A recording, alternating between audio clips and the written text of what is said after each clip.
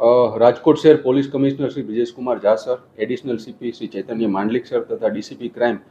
જગદીશ બાંગરવા સરે નાસ્તા ફરતા આરોપીઓને પકડવાની સૂચના કરેલ હોય. આ ઉપરાંત આ આરોપીઓને પકડવા માટે 1 મહિનાની ડ્રાઈવ પણ ગોઠવવામાં આવેલ હતી,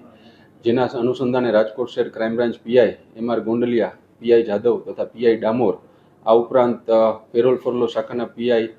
અને એચટીયુના પીઆઈ કે ગોહિલના માર્ગદર્શન હેઠળ અલગ અલગ ટીમો બનાવવામાં આવેલ હતી. આ અલગ અલગ ટીમો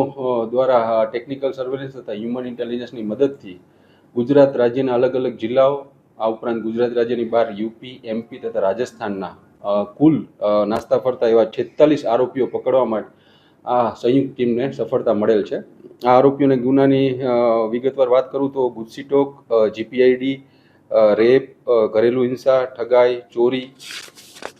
આ ઉપરાંત ઈજા, મારામારી, પ્રોહિબિશન, જુગારદાર, આ ઉપરાંત પેરોલ જમ્પ જેલમાંથી થયેલા હોય એવા પણ 3 આરોપીઓને પકડવા માટે આ સંયુક્ત ટીમોને સફળતા મળેલ છે.